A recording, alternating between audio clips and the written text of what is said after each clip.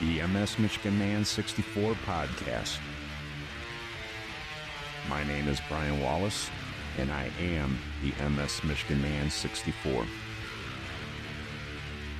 The MS Michigan Man 64 podcast is about chronic disease awareness. I have had multiple sclerosis for the last 27 years. It's an invisible chronic disease that I've been battling for half of my life. I want to share with you what it is like living with the chronic disease from my experiences and the experiences of other chronic disease warriors. We can fight to have a voice to those that want to listen. Together, we can motivate and educate.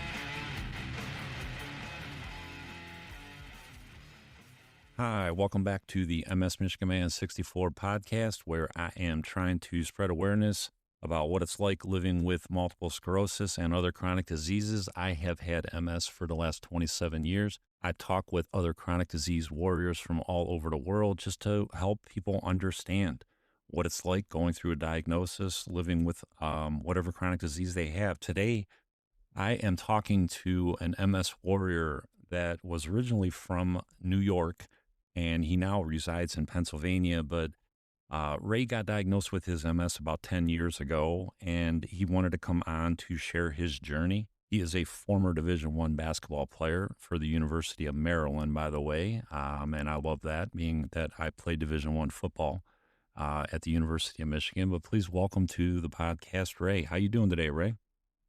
Hey, what's going on? How's it going? How's everybody feeling today? My MS Warriors.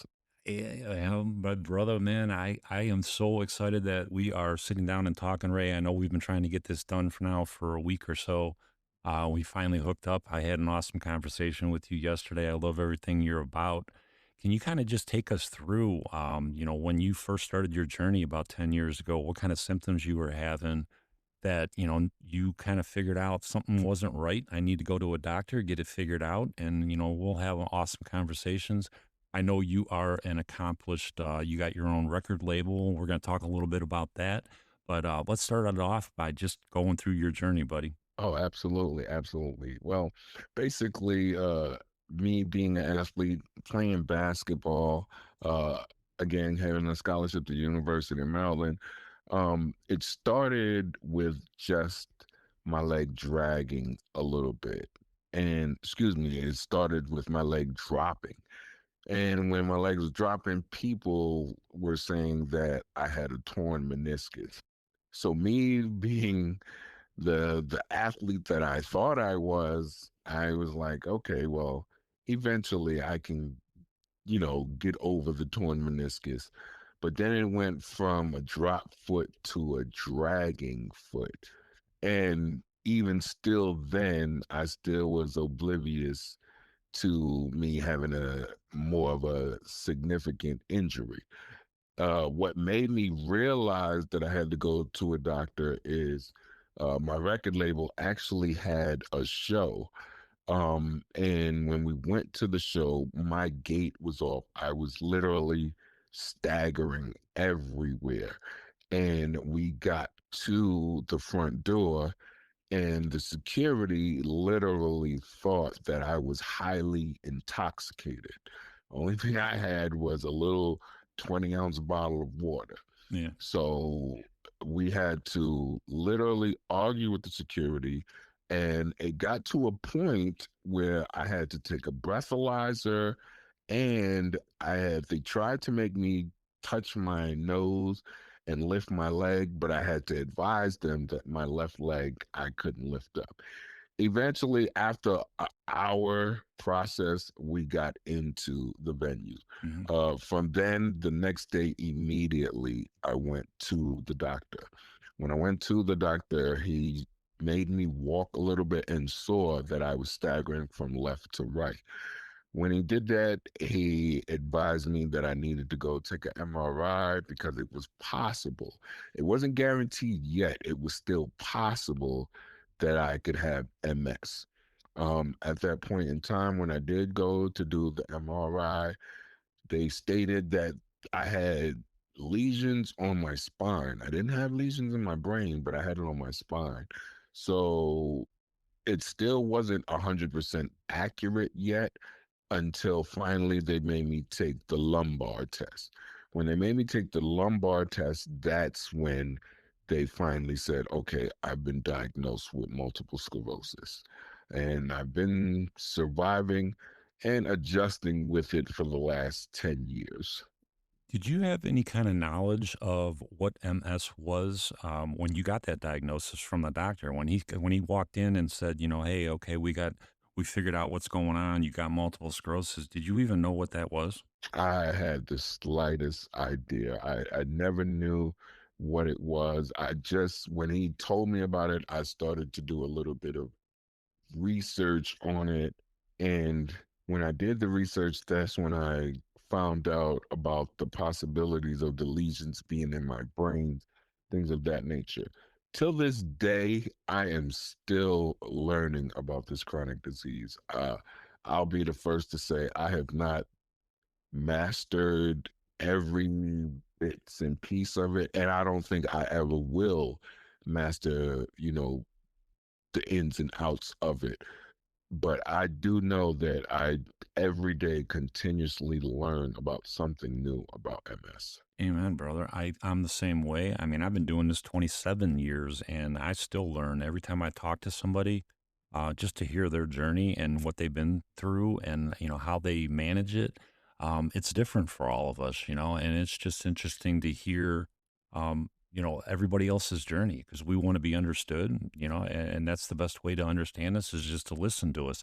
My question for you, Ray, is, when after you got that diagnosis and all that, and I know you had the drop foot and did they what was their course of treatment? Did they put you on the Solumedrol drip right away?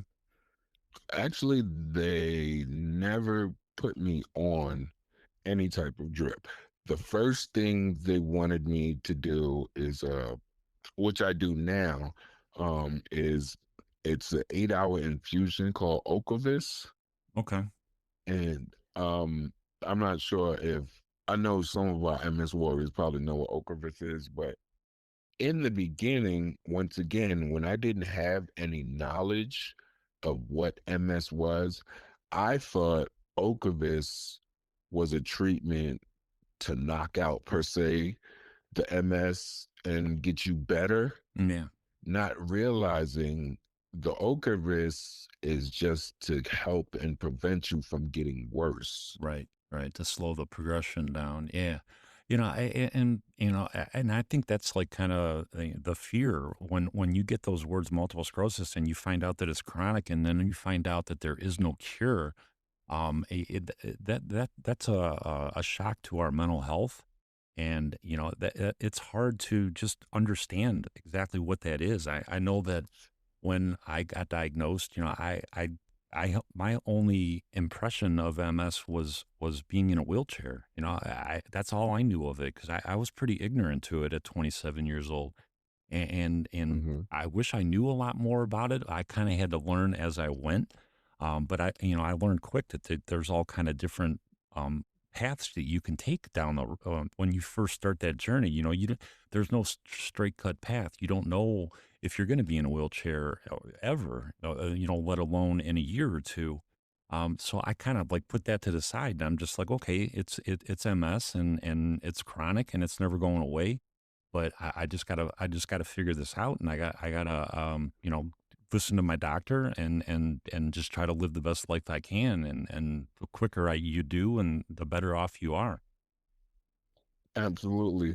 I wasn't aware that, with the MS, it would slow because I have a, what is it, rapid progressive RPMS, Okay, and I was unaware that, it would just go downhill. I'm thinking like, okay, I got a cane, so I'm just gonna be walking with a cane, no problems. All right. right, I'm doing the physical therapy, and then within maybe 4 or 5 months, it went from a cane to, okay, I'm using a walker, but that's all right. I'm still using a walker, no problem. And then, another 5, 6 months down the line, it went from, okay, I'm using a walker. Now I'm using a rollator, which is kind of like a walker, but it has a seat on it Hmm. because I can take a couple of steps and then I'm tired, Yeah. And then it went from that to finally it was like, all right, you're going to need a wheelchair, and till this day, like, yes, I be in the wheelchair, but I've always been a fighter, so I've never been a quitter. So I still, you know, stand up and try to take 2 or 3 steps, and I'll have my good days, and just like most of us MS warriors, I have my bad days also where, I try to take the step and I end up falling, but that doesn't deteriorate me from not trying again.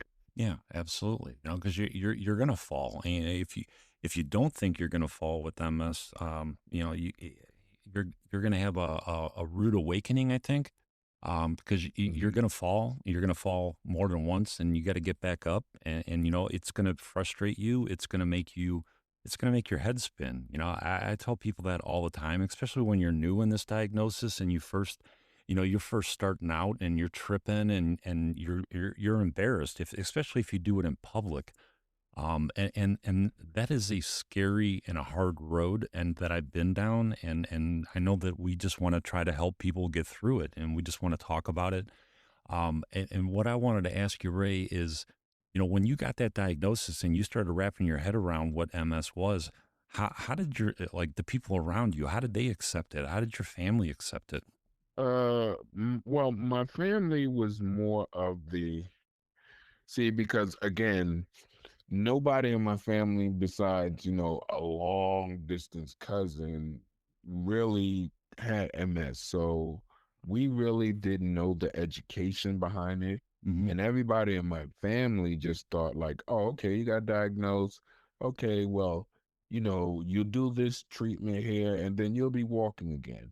Yeah. And there was even my aunt, she saw this lady that was on Dr. Phil, I think, and her name was Susan Wahlberg.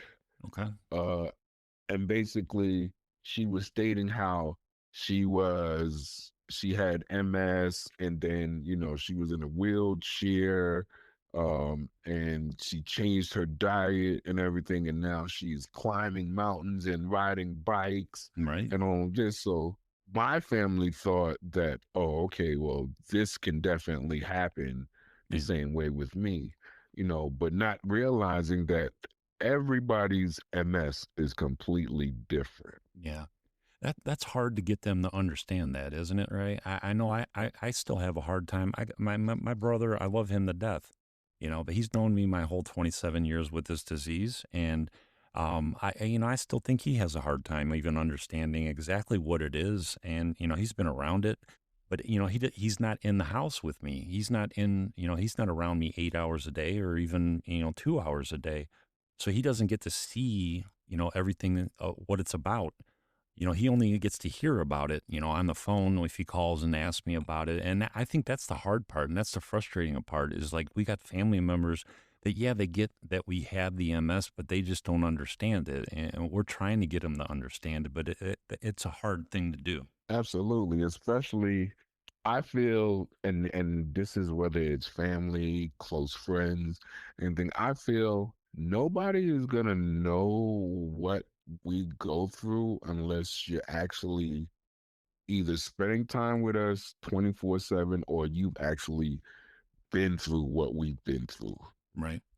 Because we can tell you, and us telling you, the only thing you can do is just imagine what we're going through. You can't experience what we're going through. We can tell you everything we're going through, and it'll be just like a TV show. Or we could tell you about the TV show, but you'll know about the TV show, but you won't know about it unless you watch it yourself. Exactly. So it's kind of the same way where, if you've never been there, been in the situation with us, or you've never been around someone at least 8 hours of the day to see exactly what they go through, you're not going to have the experience of, you know, telling us exactly what our bodies should be able to do. Yeah. Yeah. Exactly. So, okay, Ray, let me ask you this. You're 35 years old when you got diagnosed about 10 years ago. And I know that you're from New York and now you're living in Pennsylvania and you were working there when you got your diagnosis. You didn't go back to New York and you're still living on your own. You're not able to work like you were working, but I mean, you're just a fighter. And just talk to me a little bit about like how during your diagnosis and how you're fighting to keep your independence and how you're managing your MS. Well, as I stated in one of my reels, everybody has their different ways of managing, and the way I say it, it's not even about managing, it's about adjusting. We all have to find different ways to adjust.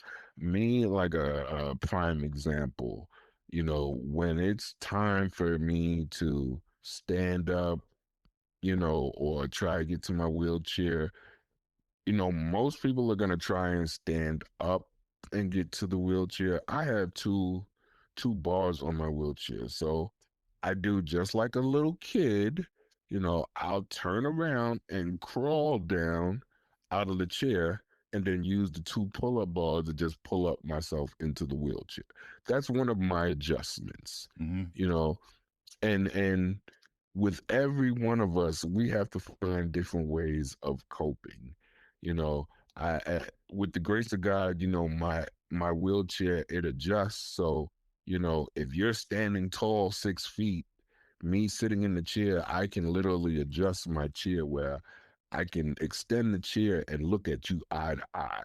So that kind of helps me when it comes to when it comes to cooking also, because that's one thing which I don't do as much of now because, my MS warriors know that, when you get hit with this, sometimes you lose the interest of doing things, Hmm. you know, and that's one of my problems where till this day, I'm still trying to keep my motivation going.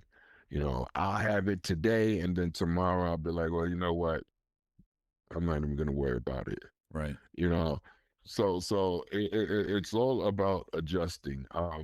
Another thing that I do is if I have an appointment tomorrow, let's just say tomorrow morning, what I'll do is I'll take a shower today, you know Hmm. and I'll put on my clothes that I'll be wearing tomorrow. But instead of sleeping in my bed, I'll come downstairs and sleep on the recliner. That way, when it's time for me, because I know myself, I know my body, Right. it's gonna take me at least an hour and a half, and that's just alone of taking a shower, putting on, underwear clothes. That's not even my main clothes. Right. So being the fact that I know that the night before I'll put on my clothes and I'll sleep in my recliner. That way when I wake up, all I gotta do is brush my teeth, wash my face, throw on my sneakers, and I'm ready to go. Exactly. And even that process that you just named, the putting the sneakers on and all that probably is going to take you a half hour right there, but you prepared yourself for it, the day before. And That's and that's the part that I think a lot of people, this is the stuff that they don't see. This is the stuff that they don't understand. Our family members, our friends, and all that. You know, this is the part of the journey that we fight every day. We have to make adjustments to our lifestyle just to function a normal day. What is a normal day for us? It takes an hour and a half just to get ready. And but people see you out and about and they're like, oh, you look good, Ray. You look good, Ray. Yeah, but you have no idea. It took Ray an hour and a half to get freaking ready the night before just so he can look good to be out and about. right, exactly. And not to mention, and that's why I'm glad you have this podcast and stuff. And not to mention because not all MS warriors, but I'm guilty. I'm one of the MS warriors where I have no control over my bladder, Right. you know. So I have to wear Depends, you know. So I'll put on my Depends, but I'll make sure I have a little urinal next to me so that way I'm not messing up the Depend before I go that morning, you know. Hmm. And it's just all different types of things us as MS warriors we have to do Yeah. and we have to accept. You Yeah. know, I was one of those ones growing up. I ain't never putting on no grown up diapers. What are you talking about? Right. You know what I mean? Yeah. But then I realized, like, no, I have no choice. I really have to, or I'm gonna be embarrassing myself in public. Exactly. And those are the adjustments that we have to make. And it's just to live a normal life. Sometimes you have to do things that take you out of your comfort zone. You said that you would never when you were a kid, you never would have been wearing adult diapers. I said the same thing. If I have to do it, I have to do it now. And Right. you have to do whatever you have to do to have the best life you can possibly have. Because if you are going to seclude yourself and never come out of your house again, it's going to be a long life. It's going to be a long, lonely life, really. Absolutely. Absolutely, And like I have a vehicle, but being the fact that I'm in a wheelchair, I have to have someone drive me because my vehicle is one of the handicap vehicles where I have the ramp and stuff, and I just go in my wheelchair, they hook me up, then we go, Hmm. right? Yeah. And sometimes I don't have a driver, so what I'll do is I'll just go sit outside, just sit outside and get some fresh air, Yeah. instead of just staying in the house because it's almost guaranteed that us as MS warriors staying in the house, besides us having a battle with the mental and the health issue, it's only going to get worse if we stay cooped up in the house. I agree with you. I agree with you. And that's a great lead in to the next topic I was going to bring up is the mental health part of it. I know we talked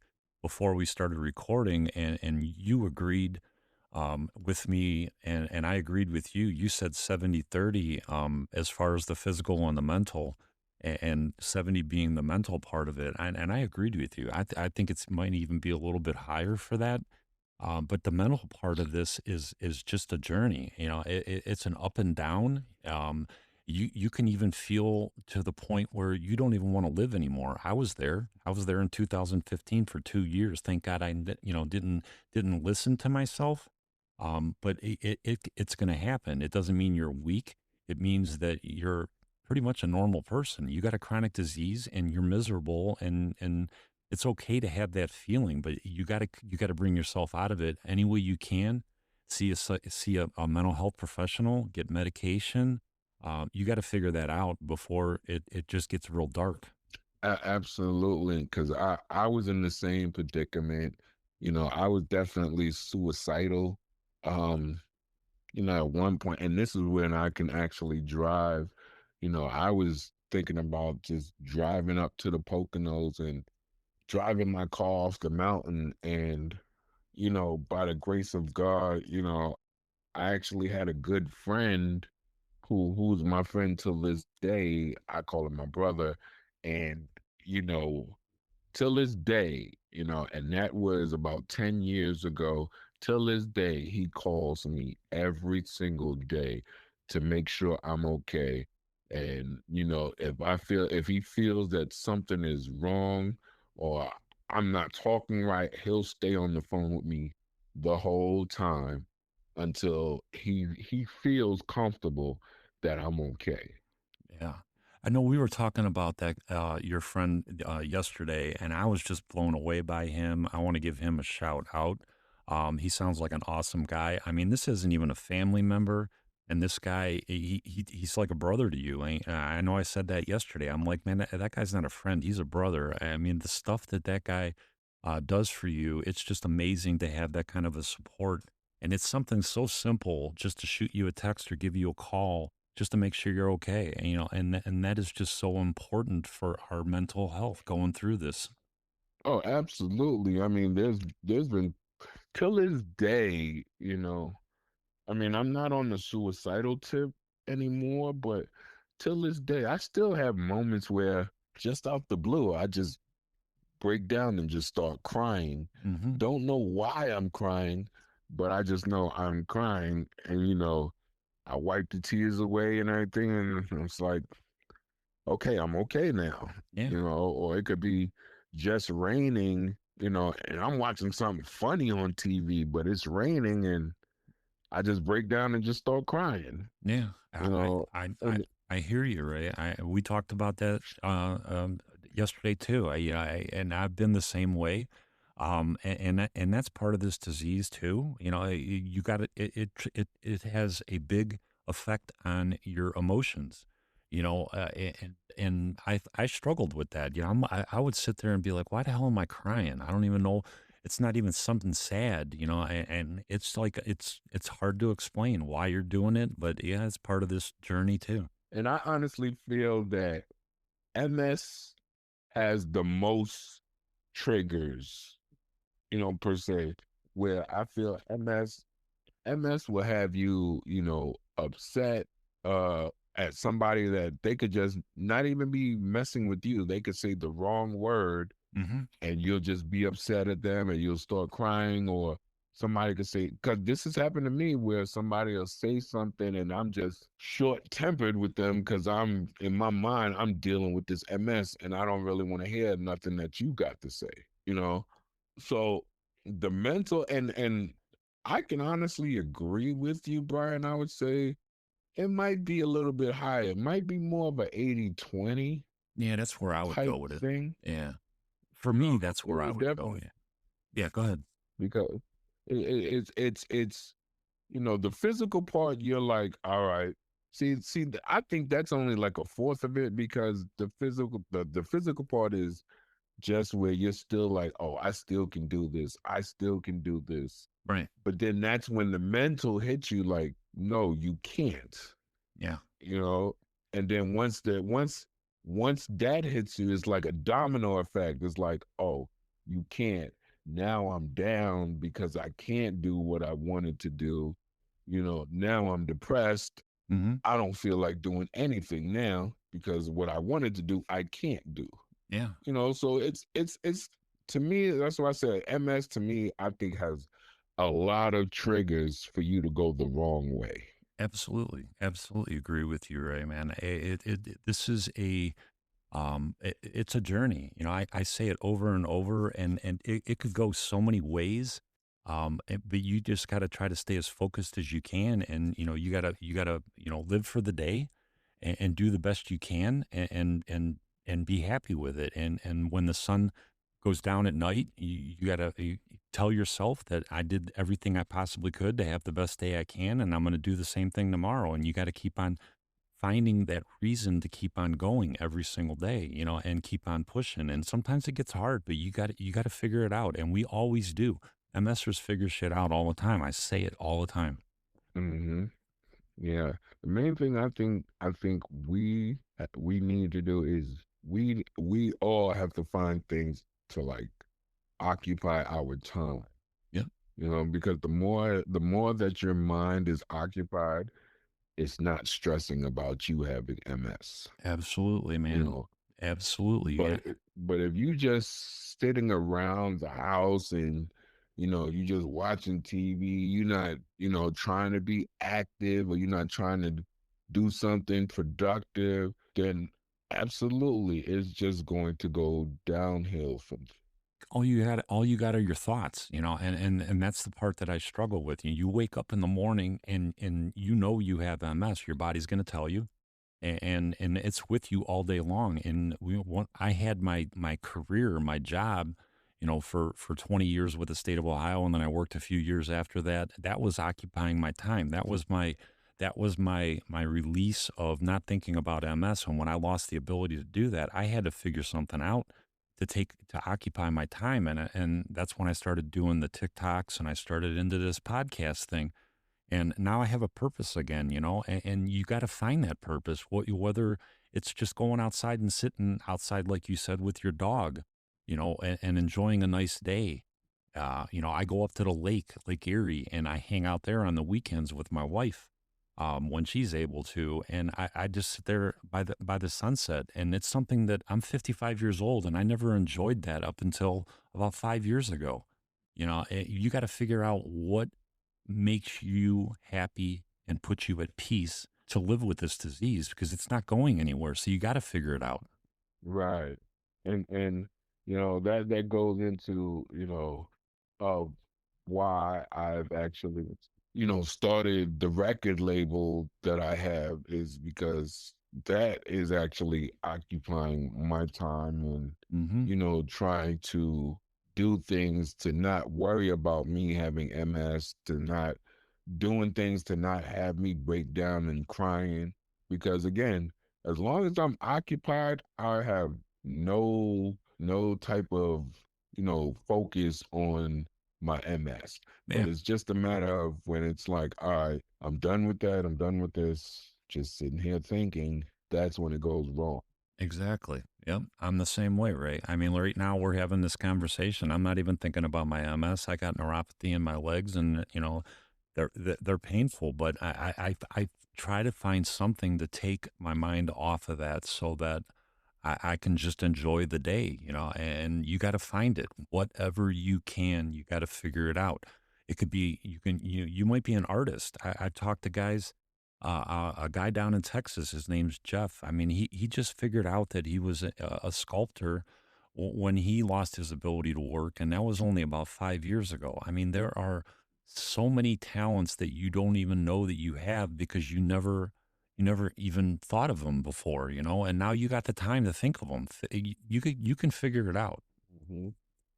And that's the main thing, and I try to have, some type of meaning, behind my record label, to keep it focused, So when I got diagnosed, um, the following year, I needed to do something to occupy my time. So I thought of the record label Nothing But Determination, Hmm. you know, and the way I thought of that is I'm in this predicament now, and I'm still determined to do things the way I wanted to do things, you know.